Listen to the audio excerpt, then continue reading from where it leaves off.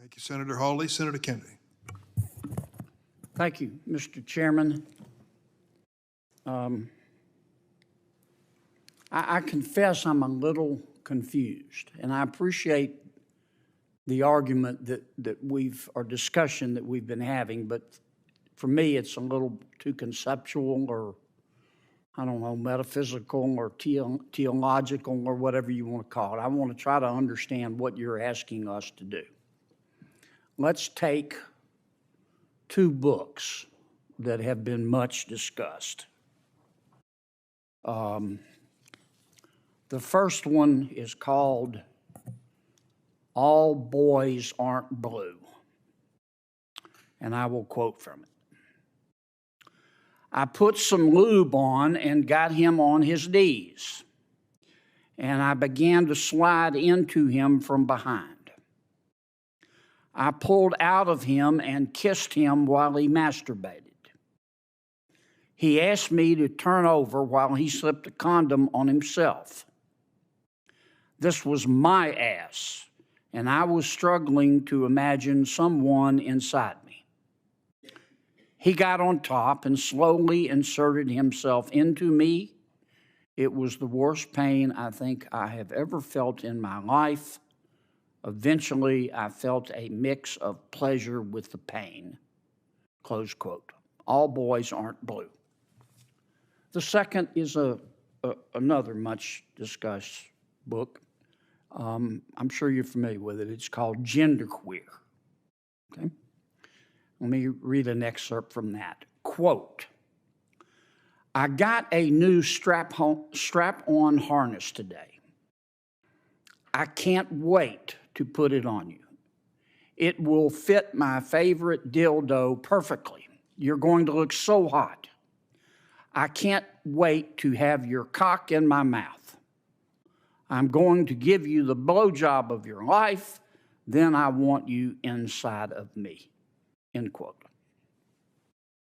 Now, Mr. Secretary,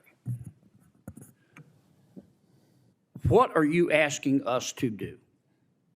Are you suggesting that only librarians should decide whether the two books that I just referenced should be available to kids?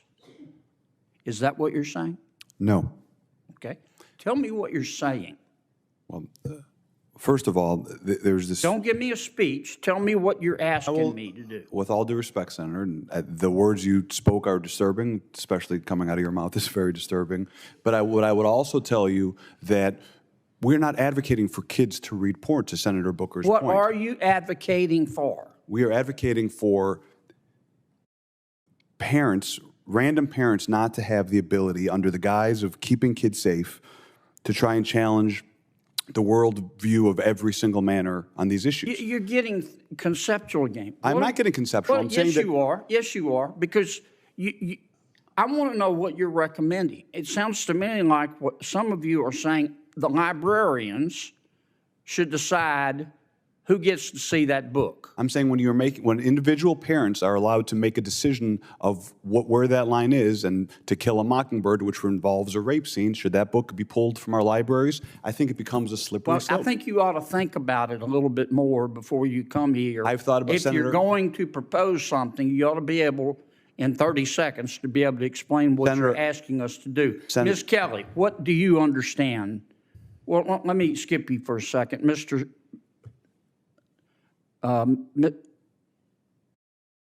Cameron, tell me what you're proposing. It's pronounced mix. Mix? Is that how would you like me to refer to you? Senator, your definition of sexual is synonymous with LGBTQ identity. I'm not asking you that. I'm asking you to tell me you read those two excerpts. Genderqueer. Do you think that, are you asking that only librarians and not parents have any say in whether minors can read those books? Is that what you're saying? Genderqueer has never been in my school library, so it's never been banned. Well, suppose it was. Should it be up just to the librarian, or should parents have a say? There should be facilitation of collaboration between students, parents have and educators. A say? Parents should be working with students and educators to be making decisions, because Students All right, are and who these decides ultimately? The librarian, or do you take a vote, or who takes the vote? book review committees in the community in my school district. You want a committee to decide? There are committees. Okay. Well, I'm asking you, how do we decide whether the two books that I just referenced should be available in the library? What would you, if you were running things, what would you do? All Boys Aren't Blue, the scene you mentioned, is about sexual abuse. I know what it's about. It's not What would erotic. you do in terms of making the books available?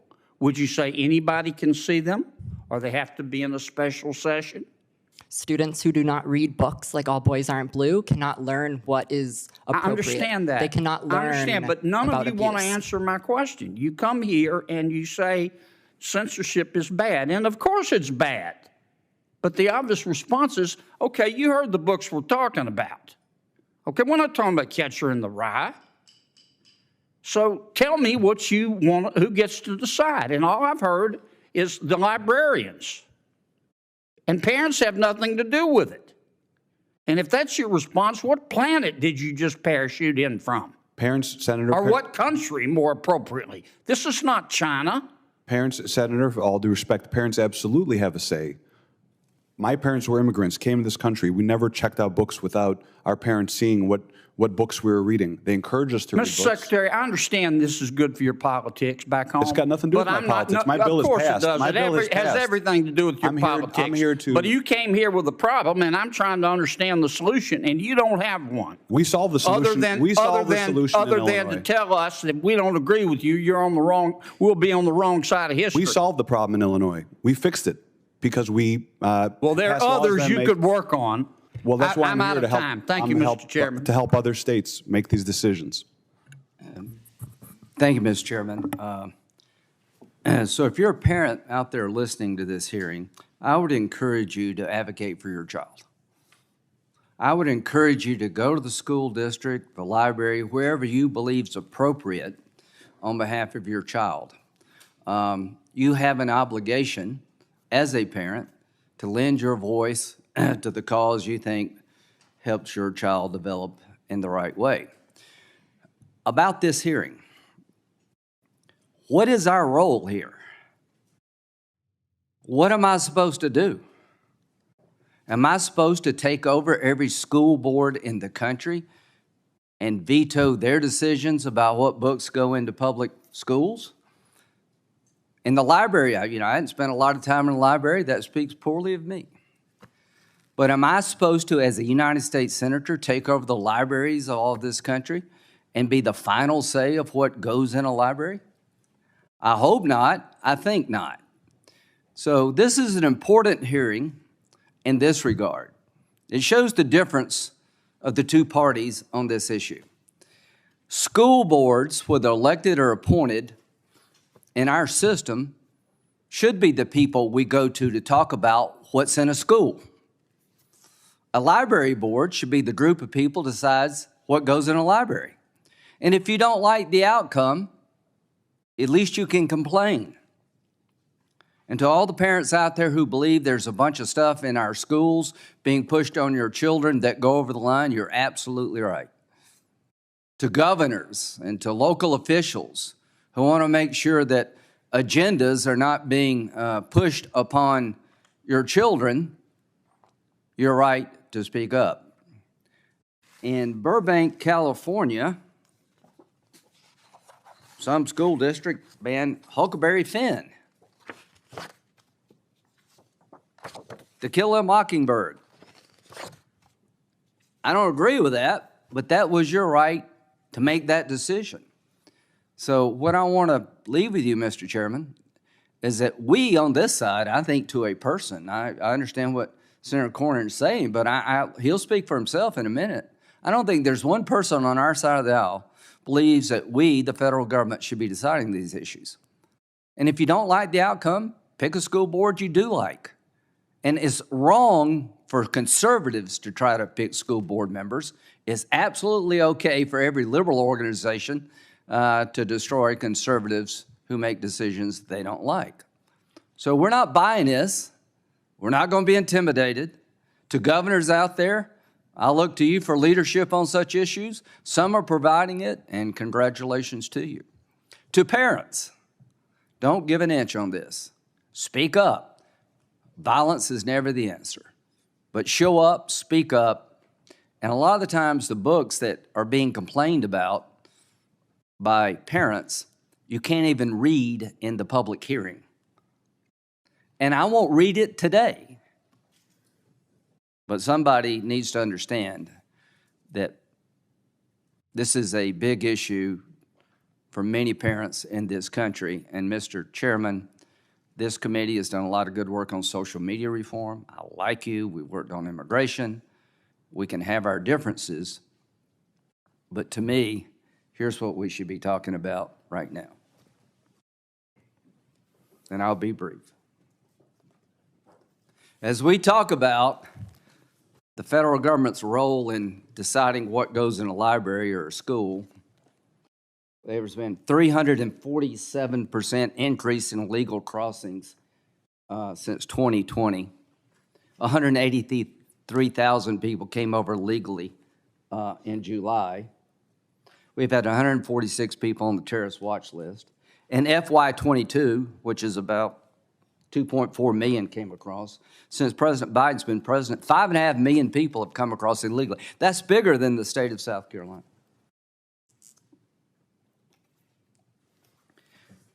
Last couple of weeks, smugglers with ISIS ties help migrants enter U.S. from Mexico, raising alarm bells. I'd like to be talking about that.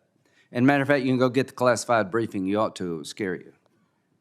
And finally, it's just not me saying these things. New York City, the mayor, is at capacity. We have no more room in the city and we need help. This is a national crisis that begs for a national response since day one. The migrant crisis will destroy New York City. New York City will experience a financial tsunami. The mayor's right. We should be trying to find a way to fix this problem. That, to me, is the biggest priority facing this committee. And as to this panel, I'll listen, but I'll end where I started. It's not our job to decide these things. And if you're a parent, don't be intimidated. Thank you, Secretary Janelius. Mr. Eden. Chairman Durbin, Ranking Member Graham, members of the Committee on the Judiciary, thank you for inviting me to testify. My name is Max Eden, and I'm a research fellow at the American Enterprise Institute. To put it bluntly, books aren't being banned, and it's good that they are. The media keeps using the word banned, but that word doesn't mean what you think it means. In common usage, banned means made unavailable, yet the most banned genderqueer is still available on Amazon. The same, unfortunately, can't be said for Ryan Anderson's When Harry Became Sally. Only books on one side of that issue, it seems, actually get banned. Rather, this conversation focuses on school library availability.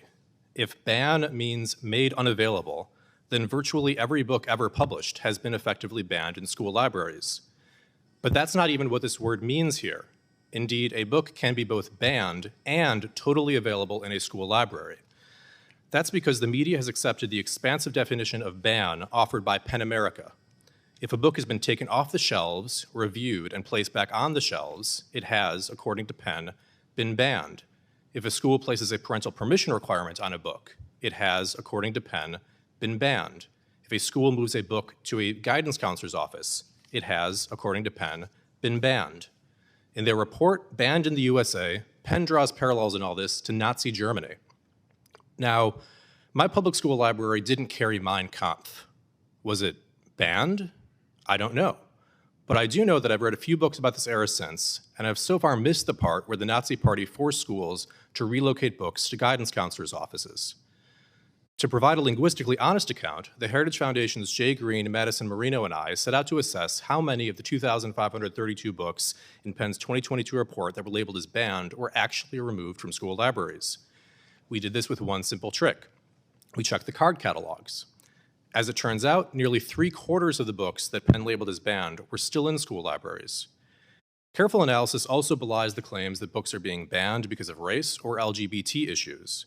Whereas PEN America labels the Black Lives Matter-inspired The Hate U Give as the 5th most banned book, we found it available in every single school library in question. And when the Washington Post examined over 1,000 review requests made by parents, less than 7% mentioned LGBT without also containing the word sexual, although those requests may have contained words like pornographic or obscene. And that's what this issue is really about: the provision of sexually explicit material to children by public employees. This is a question of judgment. Few would say it's unreasonable to keep Hustler, with its close-up genital photographs, out of school libraries. And few would insist that Romeo and Juliet, with its lyrical allusions to sex, should be removed. Communities must draw the line somewhere between those 2 points. But where exactly? Take the previously mentioned book, Genderqueer. That graphic novel famously includes a picture of a strap-on dildo blowjob. Is this okay for kids? Some think that it is, and some think that it isn't. You know something weird is going on, though, when parents try to read passages of these books at school board meetings, and the school board cuts them off because they insist the material is too obscene to be read out loud. I guess kids could be listening? Great for them to read, but unacceptable for them to hear? I think that's the principle, maybe. It's kind of gross to say, and I don't want to, but this hearing has been called, and we really can't have an honest discussion without knowing what we're actually talking about. We're talking about books with explicit passages about fisting, butt plugs, analingus, the spit or swallow decision, and rape. I won't read those verbatim, but I will read a passage from a few of the most banned books. From the 4th most banned, All Boys Aren't Blue. You were fully erect at this point. You promised that you're not going to tell anyone? I promised. You then grabbed my hand and made me touch it. It was the first time I'd ever touched a penis that wasn't my own. I knew that what was happening wasn't supposed to happen. Cousins weren't supposed to do these things with cousins. And from the also 4th most banned, Lawn Boy. In the 4th grade at a church youth group meeting, out in the bushes behind the parsonage, I touched Doug Goebel's dick, and he touched mine. In fact, there were even some mouths involved. 10-year-olds performing sodomy, underage incest, strap-on dildo blowjobs. Is this okay for kids? Judging by the fuss made by the media, NGOs, and some Democratic politicians, it seems there is a politically significant contingent that believes this is all actually very good for kids. But personally, I'm not at all troubled by the fact that some moms believe that this is inappropriate and that some school boards agree. And I find it kind of weird that the United States Senate is troubled enough to call a hearing about all this. Thank you. Thank you, Mr. Eden. Professor Knox. Thank you, Professor Knox. Ms. Neely. Chairman Durbin, Ranking Member Graham, and distinguished members of the committee, thank you for inviting me today. My name is Nicole Neely, and I'm the president of Parents Defending Education, a membership association that gives parents the knowledge and tools they need to be effective advocates for their children's education. Yes, books have become a flashpoint in schools over the past few years. Yet headlines and research papers by activist organizations have intentionally muddied the waters between World War II book burning and what's happening in America's K-12 schools. If you hear one thing today, know this: families' concerns about books in schools are not book banning. First, the book issue is a curation issue. It should be obvious that a book that is part of a lesson plan in a second-grade classroom is more concerning than a book that can be voluntarily checked out from a public library. And also that sensitive topics read to children at very young ages is more concerning than high schoolers learning about the human body in health class. But today, merely suggesting that kids who believe in Santa not have unfettered access to graphic sexual novels is tantamount to murder. In Connecticut, one resident said that the school board's desire to put parental consent rules in place for a few books described as obscene and explicit was, quote, a matter of life and death. It's not. When we do hear from parents about books, the phrase that we hear the most frequently is age-appropriate. Radical indeed. School boards across the country cut the mics on parents who read passages from these books, stating, this is inappropriate, there are children in the room. Yet those same books are being provided to children in schools. While it may seem politically convenient to scapegoat parents, I ask you to read some of these explicit paragraphs and look at these sexual images with your children or your grandchildren, and then tell your constituents whether you consider such content educational. As a society, we don't put Playboy in kindergartens. This isn't considered a book ban, but common sense. Strangely, media coverage over this issue frames any discussion at all as tyranny. It is disingenuous at best and deceptive at worst. Classrooms, schools, and libraries have finite space and must select which materials are on display at any given time. Nor do they have unlimited budgets, so must prioritize certain purchases over others. How these decisions are made and who is involved in that process is a matter of public accountability. Yet when people ask questions, they are crucified. Pretending that objections to minors accessing explicit sexual content is a threat to liberty and literature is a straw man and a distraction from real concerns about the quality of children's education and whether students are safe in school. Second, the book issue is a parental awareness issue. It is not partisan to assert that children do better when their families know what's going on in their lives. This isn't rocket science. The more information parents have, the better they can support their kids emotionally and academically. America has a youth mental health crisis. Yet while schools lobby for increased mental health funding, for which the federal government has provided hundreds of millions of dollars, they are exacerbating that problem. When kids are given assignments beyond their comprehension level that even adults find challenging, violence, war crimes, rape, incest, and more, it should come as no surprise when children become depressed or hopeless. Books from schools should be discussed with loved ones, perhaps to provide historical context or another perspective. Parents know their young learners' quirks and preferences and whether certain material might resonate with or would be appropriate for their loved ones. These decisions may differ between children in the same family at the same age based on factors like maturity and sensitivity. Children deserve an education that meets their specific needs. Yet when families ask to simply know when children have what their children have access to, or may wish to put guardrails on material for children of certain ages, they are pilloried in the public square. Such public flagellation is intended to not only extract a pound of flesh from the perpetrator, but to send a message to any other parent with similar reservations. Speak up, and the mob will come for you too. Far too many schools keep families at arm's length, which could not come at a worse time. Kids would benefit if the adults in their lives worked together in their best interest. But families are now considered adversaries, not even entitled to basic information about their children. In Wisconsin, one school district's teacher training session stated, "Parents are not entitled to know their kids' identities. That knowledge must be earned." My organization has documented over 1,000 districts across the country with parental exclusion policies, which state that families don't have a right to know their child's gender identity in a taxpayer-funded school. And finally, it is not evil to want to be involved in your child's education. Every time a parent is falsely accused of wanting to ban a book because of reasonable concerns about subject matter appropriateness, neighbors are pitted against each other based on dishonest premises. This is a deliberate attempt to demonize parents and to chill both their speech and activism. 20 years ago, if a 6-year-old went to school and talked about sex, teachers would assume that that child was being abused. In 2023, children are not only learning about sex at school, but are being told to keep secrets from their families as well. Please stop mocking parents. Please stop name-calling. Please listen to the families who want their children to learn basic grammar rather than be policed on pronouns, who want their children to read at grade level and not taken out of class for political rallies, who want their young children's innocence to be preserved for a few years longer than an activist academic might insist. We are your constituents, too. Thank you. Thank you, Ms. Neely. Cameron. Thank you, Mr. Samuels. We have a round of questions from the senators. Each have 5 minutes. I'd like to direct my question to Secretary Janulius. The American Library Association has written the following: 1,269 demands to censor library books and resources in 2022, the highest number of attempted book bans since ALA began compiling data about censorship in libraries more than 20 years ago. The unparalleled number of reported book challenges in 2022 nearly doubles the 729 challenges reported in 2021. My first part of my question is going to ask you to address that statement by the American Library Association in light of testimony before us that this is much ado about nothing. And the second one is the notion that book extremist attacks on student and book bans are not that prevalent. Book banning has reached new heights over the past 2 years. Local leaders in states such as Texas, Florida, Utah, Missouri, Iowa, Indiana, and others have all recently enacted legislation facilitating banning books in local school districts and libraries.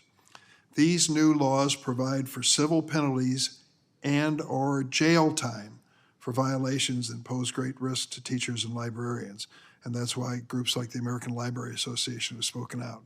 Can you reflect on those two statements? Thank you, Mr. Chairman. The two are related. As state librarian, I travel the state of Illinois, and we talk to librarians, we talk to libraries, school libraries, public libraries. The level of threats, intimidation, physical threats, in talking to librarians, these are not my viewpoints, they have never seen it in their entire careers. Because of these political attempts to ban books, we're seeing libraries close down at record numbers. It's difficult to find new librarians who want to serve in roles that used to be their dream jobs. And just a few weeks ago, in the suburbs of Chicago, numerous libraries received bomb threats and were forced to close their doors. So I can tell you, in Illinois, it's very real, and across the country, the problem is worse. And again, what our bill aims to do and will do is to fight for and protect these librarians. We have to fight for our librarians. We also have to trust that they have the professional judgment, experience to make decisions on what books belong in circulation. It should not be up to fringe elements screaming from the rooftops about books that they've never read. These are librarians and individuals that have advanced degrees in library science, masters of library science, masters of information and library science, and it's important to make sure that we allow them to determine what's in circulation, and it's important for us to trust parents to determine what books their kids should read. And again, it is not up to parents to tell other parents what books kids should read. Another point I'd like to make when it comes to our legislation. We are not advocating for any single book to be at a library or not be at a library. What we're saying is let's trust our librarians to make these decisions, not an individual parent that's angry or disagrees with a certain viewpoint. Judy Blume said recently, "I believe that censorship grows out of fear. And because fear is contagious, some parents are easily swayed. Book banning satisfies their need to feel in control of their children's lives. This fear is often disguised as, quote, moral outrage. They want to believe that if their children don't read about it, and then their children won't know about it. And if they don't know about it, it won't happen. As I mentioned in my opening remarks, I have 3 young daughters. Of course there are books that are not age appropriate, but that's what being a parent is all about. Doing your best to keep an eye on what your children read and what they consume." Thank you, Mr. Chairman. I would just add as well that putting this in the context of the world we live in, where so much information is so available to people carrying simply iPhones or any laptop computer that they have access to, that we ought to be honest and realistic about that. I agree with you. The first responsibility is the parent's responsibility. And we believe there are age-appropriate restrictions that can be introduced in libraries and other places, which generally are consistent with freedom of expression. I thank you. Senator Graham. Thank you. Let's just build on what has been said. How do you say your name, sir? Alex? Alexi Janulius. Okay. Alexi's I fine. want to see if I got the point here. A public library is supported by public dollars. Does that make sense? Yes. Okay. Are you telling taxpayers of this country just shut up? Is all you worry about is your kids don't have a voice about how your taxpayer dollars are being spent and what kind of community you're living in here? Because you're a parent and you don't let your $3 read something, is it possible that the other things, that the books in question may hurt the community in the eyes of parents? Can a parent, a taxpayer, complain under this theory, or should they just shut up? I would make the exact argument you are. This is about parents No, making we're decisions. not making the same argument. My argument is you just said, if you've got kids, you police your kids. Otherwise, just shut up and trust the library system, the school system. Let them decide for your community. I completely, totally reject that. I don't have any kids, should I shut up? I pay taxes. When you have a public library and you have a board, somebody decides what books to go in or what not to go in, lend your voice to the cause. It's okay to speak out for your community. Cameron, you have an advocacy group in Texas, right? That is correct. And you have every right to do that. You can advocate for your point of view, and somebody in Texas has to decide who wins. But never shut up, never be quiet. My point is, the theory of this case is parents have a very limited role in life. Apparently, taxpayers have a very limited role in this area. You're paying money to run these libraries. I mean, you're getting money from taxpayers. They should speak up. Ms. Knox, you said, is it unconstitutional for a parent to go to a school board or a public library and complain? Thank you for giving me the chance to respond. Actually, almost all libraries have in their policies something called a request for reconsideration that allows parents or interested community members to object or say what they would like to have changed in a library collection. I think what's important to remember is that this is a collective decision. It's not just one person who gets to say what is in a library collection. I'm not arguing with you. Somebody has to decide. But the point is the individual here, the individual taxpayer, the individual parent. There's an effort in this country to shut you up, Ms. Neely. Are you going to shut up? We will absolutely not shut up. I am here on behalf of more than 10,000 members of Parents Defending Education who want to have a voice in their children's education. Yet they, every time they speak up, are mocked, are shamed, are intimidated and silenced and bullied by elected officials and community members who do not want them to speak up, who are told that they are book burners, who are ashamed of that. And you know what? We will not stop, because after COVID, we had a window into what our children were learning or were not learning, and we were disappointed by that. So parents have not stopped, and they will not stop advocating for their children, because the gatekeepers, be it the teachers' unions or anyone else, has shown that they do not have our children's best interest at heart. They have their money and their power structure at heart at the end of the day. Mr. Eaton, is it your testimony there's an organized effort in this country to push ideas, books, literature, through the public school system and libraries that has a very strong political agenda behind it? Is that what you're telling us? I think it's pretty clear that that is what is going on, yes, sir. Yeah, and if you don't see that, you're blind. You know, in Florida, Ron DeSantis did something you may not like, Mr. Chairman. In Illinois, you do it a different way. But Governor DeSantis decided he would step in and stop what he thought was abusive from his point of view. My point about this hearing is there's no roll up here for any of us. Illinois, you do it the way you want. Florida, you do it the way you want.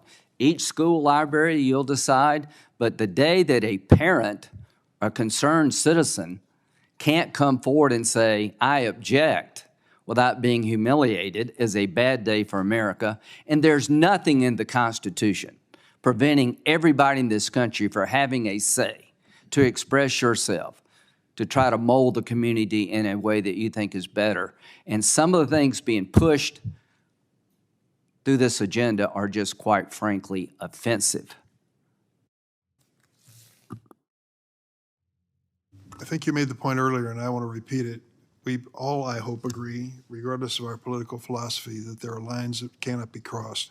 Violence is one of those lines. Humiliation is one of those lines, as far as I'm concerned. I think what we're talking about is policy here in this country when it comes to the basic rights guaranteed by the Constitution. Senator Whitehouse. Cameron Samuels. Members, thank you for this opportunity to address you this morning. I am Cameron Samuels, a student from Katy, Texas, and I use gender-neutral pronouns they, them. I'm the executive director of Students Engaged in Advancing Texas.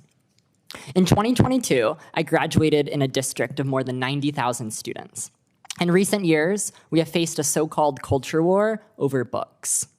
My experience began when a few people sought to ban Jerry Craft's New Kid, a children's book like any other, but some weaponized identity to censor Black books. The conversation on books quickly escalated, and I signed up to speak at the next meeting. Walking into the boardroom that night, I realized I was the only student there. I was the only one whose future was directly affected by the district's decisions. Adults spoke for restricting student access to literature. When my turn came, I spoke for a complete education and the freedom to learn.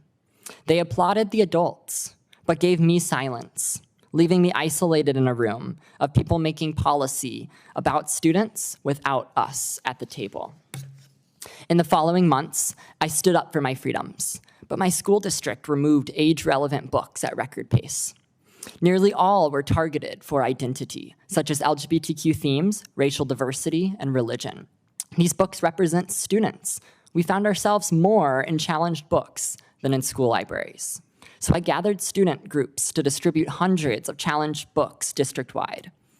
We packed board meetings with the community who knew that students deserve better. Libraries offer discovery beyond classrooms. Censorship limits our liberty to learn. It erases our identity and humanity. When Katie targeted Art Spiegelman's mouse, I could not fathom that cartoon mice walking shamefully naked to Nazi gas chambers were considered sexual by the book's challengers. My ancestors fled religious persecution in Eurasia. I faced too many anti-Semitic remarks in school to remember. Classmates told me the Holocaust did not exist. Many cannot name a Jewish person, so they learn about Judaism from media representation, often dominated by stereotypes. Books like Mouse teach accurate reflections of Jewish identity. If a friend knew the real extent of the Holocaust, maybe they would have thought twice before spraying cologne in my face, saying he was gassing the Jew. Where they burn books, they burn people.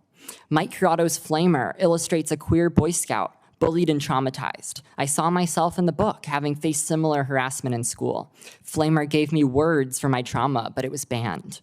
Censorship bars students from age-relevant materials, leaving them unable to realize their actions can traumatize others. Responding to a police report against the book, officers entered a high school in my district to remove it. In history, the Gestapo secret police in Nazi Germany acted similarly. My community faced tactics my ancestors fled from across the world to escape. Not only schools censor books, but our state. Students and I introduced amendments with senators to book ban bills for accountability and non-discrimination. They were rejected, and already the bill faces a court injunction. Historically, censorship is never on the right side of history. My state is home to 8 million people under the age of 20. And since everything is bigger in Texas, we lead the nation for book bans. Censorship impacts our futures. Students deserve to be decision makers. Censorship is undemocratic. Viewpoint discrimination is contrary to the First Amendment. The Supreme Court rules to protect literature from scrutiny against identity. We may not see eye to eye, but we are facing a students' rights crisis nationwide. As a 17-year-old, I should not have been focused on defending my rights from bigotry. I should have been learning. Ensuring education reflects its primary stakeholders, the students. We can proceed with a solution to censorship that facilitates collaboration between students, families, and educators. Thank you. Senator Grassley. Mr. Speaker, I'm going to submit questions for answers and use my time just to make a few points on this subject. First and foremost, the notion that this is a, quote, book ban is misleading and not truthful. This has nothing to do with restricting books to the general public. These books can still be purchased through various retailers if parents want their children to have access to these materials. The issue is protecting parental rights and their ability to raise their children. As a father of 5, I can confidently say no one knows what's best for a child more than their own parents. As such, I believe the first principle in education is that parents have a fundamental right and responsibility to guide their children's upbringing. This means parents ought to have the greatest say in determining what is best for their children. The Constitution gives this function to the states. Decisions on education need to be made at the state and local levels. These levels of education are closest and most accessible to the parents and children directly affected. States and school districts are best equipped to craft education policies according to the unique needs of the students. Further, moms and dads can more easily advocate for their children's needs in the classroom or even voice concerns to teachers, school officials, and that's closest to home. And if needed, they can reach out to their local and state elected officials to pursue broader educational policy changes much more easily than coming to Washington.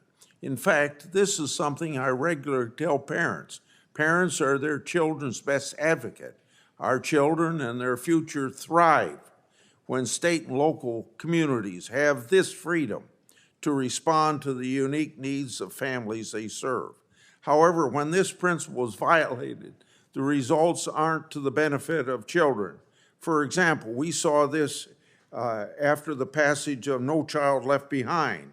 This law was enacted with the best of intentions, but showed just how challenging it is for one approach to successfully help millions of students attending schools in thousands of classrooms across the country. I've always been a critic of one-size-fits-all government. Those concerns ring especially true in education. Every child is unique. When we implement Washington Knows Best policy, like No Child Left Behind, the children suffered the most, and the teachers couldn't teach according to it the way they want to. That is why Congress passed the Every Student Succeeds Act to restore local decision-making and better serve individual parents, schools, and educators. A federal policy regarding classroom content sent by federal legislators or some distant faceless bureaucrats in Washington would take decision-making away from the parents who know best how to raise their kids. Throughout my 99 county tours of Iowa this year, moms and dads shared their experience and concerns about some books and materials that have been presented in Iowa schools. They have expressed reasonable concern about young, impressionable minds to explicit and graphic materials and content in some classrooms and school libraries. So common sense knows best. Unsurprisingly, we've seen every state and school district, we've seen various state and school districts respond to parents' consent by enacting policies aimed at protecting children. Parents, in conjunction with state and local officials, must determine what is age appropriate for kids to ensure they are nurtured as they grow up. I'll continue to support efforts preserving the right of parents to determine their kids' education and give state and local districts the flexibility to shape policies that fit communities they serve. Thank you, Mr. Thanks, Senator Grassley. Thank you, Senator Rono. Senator Lee. I'm going to be showing a video clip in just a second, but at the outset of this, I want to make clear, I think nearly every American could agree that parents have some legitimate interest in what their child reads or is taught or otherwise exposed to about sex. I think it's very, very difficult for anyone to disagree with that. Now, that being the case, I think we need to proceed with this conversation with that backdrop and that understanding. I'm going to play a video clip right now. The video clip is from Deborah Caldwell Stone. She's the legal counsel for the American Library Association. Here's what she has to say on some of these topics that deal not with book banning, because no one here has banned any book. You can still get these books anywhere you want them. The question isn't whether to ban them. The question is whether they should be included in curriculum or in a school library. A library or a school curriculum, by definition, will be finite. There are a finite number of books that you can put in there. The question is which books should be included and which should not. Let's hear what Ms. Deborah Caldwell Stone has to say on this topic. But ultimately, we found that the thing that needs to happen most, and it needs to happen before these bills are introduced, is sustained messaging that reframes this issue, that that takes it away from the idea that these are inappropriate for minors or sexually inappropriate for minors, and promote them as diverse materials and programming that are about inclusion, fairness, and the protection of everybody's right to see themselves and their families reflected in the books in the public library. Okay, so I think what we saw here right now was someone saying the quiet part out loud, acknowledging what the goal is. There is a goal here, and the goal is to sexualize children, to provide minors with sexually explicit material, and then hide this content from the parents. Hide it by changing the messaging, avoiding the heat by saying, no, these are not the droids you're looking for. This is not about sexually explicit content. This is about equality. This is about justice. This is about what's right and wrong. It has nothing to do with sex. Well, of course that's what someone would do if they were grooming your child, if someone were trying to sexualize your child. And make no mistake, that is what's happening. You see, there has been something that has happened in the last few years. During COVID, a lot of kids had online school, and parents were able to observe in the classroom in ways that they haven't been in the past.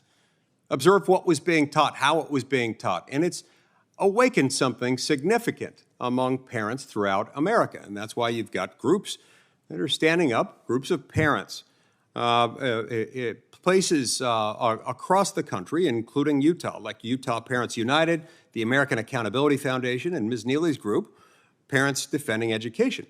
They're providing parents with the tools they need and the information that they desire about how best to protect their kids from inappropriate things that they may be being taught or maybe being given at the school where they spend most of the best hours of most days of the week throughout the school year every year. Now, one of the explicit excerpts read by Mr. Eden just a few minutes ago and presented to this committee is from All Boys Aren't Blue, a book available without restriction in at least one Utah junior high school, attended by children ages 13 to 15, and at least 5 Utah high schools. In 3 Utah high schools, the book was available to children over 16. Now, remember, from what was shared with us from Mr. Eden, this book has some really graphic, sexually explicit stuff. This is pornographic. This is obscene. It's certainly not appropriate for children, and it is, no matter what else you think about it, it is something that is sexual in nature. And I really do think very few, if any, American could reasonably disagree with the statement that parents have an interest in what their children are taught when it comes to sex. And so the moment parents take reasonable steps to protect their children, and lawmakers honor those efforts to protect their children from exposure, then all of a sudden we've got a problem. And then the left and Vice President Harris cry book ban, even though all of these books are still available. You can still buy them, all of them. On Amazon, you can still buy them, all of them, all over the place. You can't, by the way, buy Ryan T. Anderson's book, When Harry Became Sally, on Amazon. That's been taken down from Amazon. But the point is this is not a ban. This is about schools deciding what's appropriate for school children. And sexually explicit, obscene, pornographic material isn't appropriate, and many parents are legitimately concerned about that. So I'm concerned about this in a variety of respects, and I'd just like to ask the question, Mr. Eden, is placing common sense age restrictions on pornographic content or removing sexually explicit books from school curriculum and school libraries, is that book banning? And does that carry any ramifications for what we would talk about in terms of the First Amendment, in terms of book banning in the First Amendment sense? No, sir. No. It does not. And why is that? Why is that not book banning? Why does that not offend the First Amendment in any way, shape, or form? It's a question of community curation, and no student is actually blocked from acquiring the book in a broader sense. So if you're providing content to a child, that if spoken to a child by you, by the school, if that would constitute, in some jurisdictions, in some circumstances, a crime or a tort, you've got a problem. These school districts are acting in response to legitimate parental concerns. They should be removing these. Shame on them if they don't, and shame on those who want to groom children sexually. Thank you. Thank you, Senator. I might say that there's a vote on, and I may have to leave and recess for a few minutes, but the Senator from Tennessee is recognized. Thank you, Mr. Chairman, and thank you to each of you for being here today. And as I've listened to your testimony and your answers to questions, Mr. Chairman, one of the things that has been of concern to me today is that there is apparent your concern or outrage over some of the books and things that are being banned or omitted or disallowed, but there has been nothing said about what big tech platforms or major publishers are doing by banning or refusing to work with conservative authors. And that is a troubling trend that I have seen. I have heard from Tennesseans about some companies that are more left-leaning or are liberal media companies, and they are choosing to disallow publications. You've had something with Vice President Pence. You've had something with Justice Barrett. But that is not brought in to this hearing. And there are two discussions that ought to be taking place, because we do have very talented people that are being blocked out of that publishing and that distribution network. So that is of concern to me. Ms. Neely, in your testimony, you did talk a little bit about some of the egregious attempts that the left has made to silence anyone that doesn't agree with them, to remove publishing deals, to disallow distribution on platforms. So I want to give you the opportunity to talk a little bit more about that and the effect that that has. Parents are being intimidated, challenged, and canceled. Your microphone. Parents are being intimidated, challenged, and canceled for speaking up. And I think, aside from the big tech platforms, what also concerns me is the state action that is being taken. You know, as much as we talk about this, the districts that might be discussing what a book can or can't be in a school district, I think it's also worth discussing the local control, the issue that Mr. Giannoulis mentioned, about districts that are actually removing control from families. In Montgomery County, Maryland, in Dearborn, Michigan, there have been countless Muslim families that have spoken up because they want the right to opt their children out of sexually explicit lesson plans. They are being denied that opportunity. They are being forced to have their children read books, again, that are graphic, that are sexual. And these are books that not only maybe aren't relevant to the curriculum, but that don't comport with their family values. Those decisions are being taken away by localities. In some states, there are efforts by state actors, by the states themselves as well. This is something that parents are concerned with. And so to conflate that issue, that I don't want my child to be forced to read something with a book that is being burned in Nazi Germany, is disingenuous and false. Well, parental rights are something we hear a lot about in Tennessee, and I think we are just very fortunate to have some really wonderful, dedicated teachers who have worked with parents and have allowed parents to be involved in a child's education. I think it's important that parents have the ability to participate and to have that say. So tell me what you're hearing from parents when it comes to directing the children's education and what they are hearing. You've spoken about a couple of things. What are they hearing when it comes to blocking some of this sexually explicit or pornographic material? One problem they have is simply gaining access to know what their child is learning at all. Parents are being forced on a regular basis to file public records requests, and when they file those records requests, they are being charged hundreds, if not thousands of dollars. Recently from Fairfax County, Virginia, I received a FOIA estimate of $35,000 to gain access to materials. That is appalling. That is meant to discourage and chill parental involvement and engagement in these issues. It is meant to tell families, go away, you're not welcome here. The experts know what they're doing. We saw the Democrat Party of Michigan put a Facebook post out saying, the purpose of public education is not to is to teach children what society needs them to know. Implicit in that is that they know better than we do, than families do, what society needs them to know. That is an insult, it is a slap in the face to families, and that is something that families will continue to fight against. Thank you. Thank you, Mr. Chairman. Senator Hawley? Thank you, Mr. Chairman. Thanks to the witnesses for being here. I think it's safe to say that all of you are here today because you are opposed to government censorship. Is that right? Have I got that broadly correct? Okay, we can agree on that much. Book banning is a form of government censorship. Is that, broadly speaking, correct? Professor Knox, you're an expert in this. Let me just ask you. Book banning is a problem under the First Amendment because it's the government telling private individuals, authors, what have you, what they can and cannot write, telling the public what they can and cannot read. Is that, broadly speaking, correct? Yes, that's correct. So now what if the books were digital only? Could the government ban them then? So no hard copies, no physical copies, it's just digital books. Could the government engage in book banning then under the First Amendment? No problem.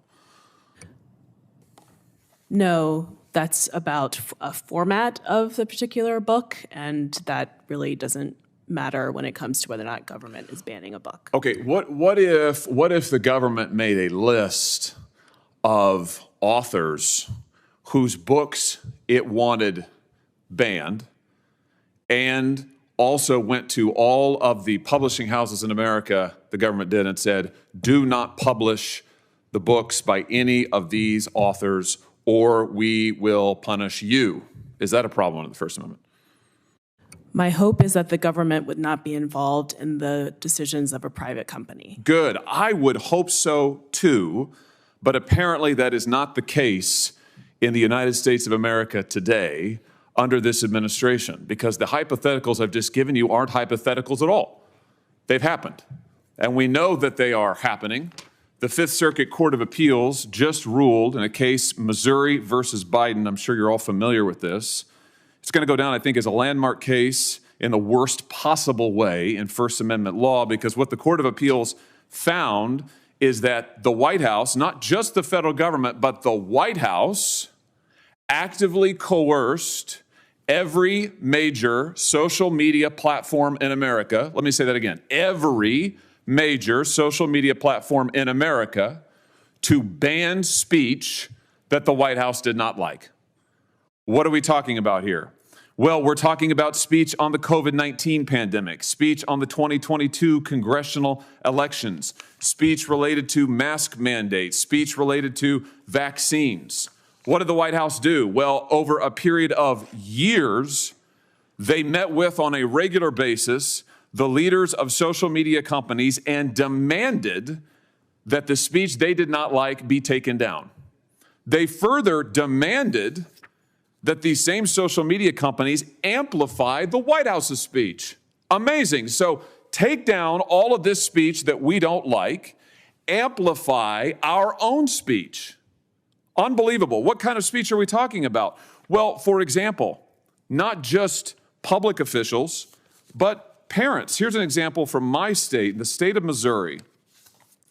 I'm reading you from the opinion here. One parent who posted on Nixdoor.com, which is a site operated by Facebook, posted an online petition to encourage his school to remain mask optional, found that his posts were removed without notifying him, and his friends never saw them. Another parent in the same school district who objected to mask mandates for school children responded to Dr. Fauci on Twitter and promptly received a warning from Twitter that his account would be banned if he did not delete the tweets criticizing Dr. Fauci's approach to mask mandates. These objections, amazingly, this censorship was taken at the direct behest of the federal government, the direct behest of the Biden administration. Professor Knox, is this a violation of the First Amendment? Only a judge can make that determination. And a judge has. I'm glad you said that. Multiple judges. The district court, federal district court, said there was a direct First Amendment violation. Court of Appeals unanimously, 3-judge panel unanimously said direct First Amendment violation. I can't think of another time in American history when the President of the United States, and I say that advisedly because the record reflects that White House officials were sending emails and communications to these companies saying that the President himself wanted the censorship. So you've got the government doing exactly what Professor Knox said is not permitted under the First Amendment, directly coercing the speech of private parties, and not just 1 or 2 authors, but parents all across the country, unprecedented in the history of this nation. So I'm glad we're having this hearing today. I hope that we will have more like it to expose the censorship happening at the highest levels of our government. Mr. Chairman, I'd ask that this opinion, this judgment by the Fifth Circuit, Missouri versus Biden, be entered into the record in full. Without objection. I will leave it there. I know there are other Senator Kennedys here who want to ask questions, but I just want to say for the record that this kind of censorship is un-American, it is unconstitutional, and I hope it will go down as a sad chapter in American history that we can close here and now. Thank you, Mr. Chairman. Thank you.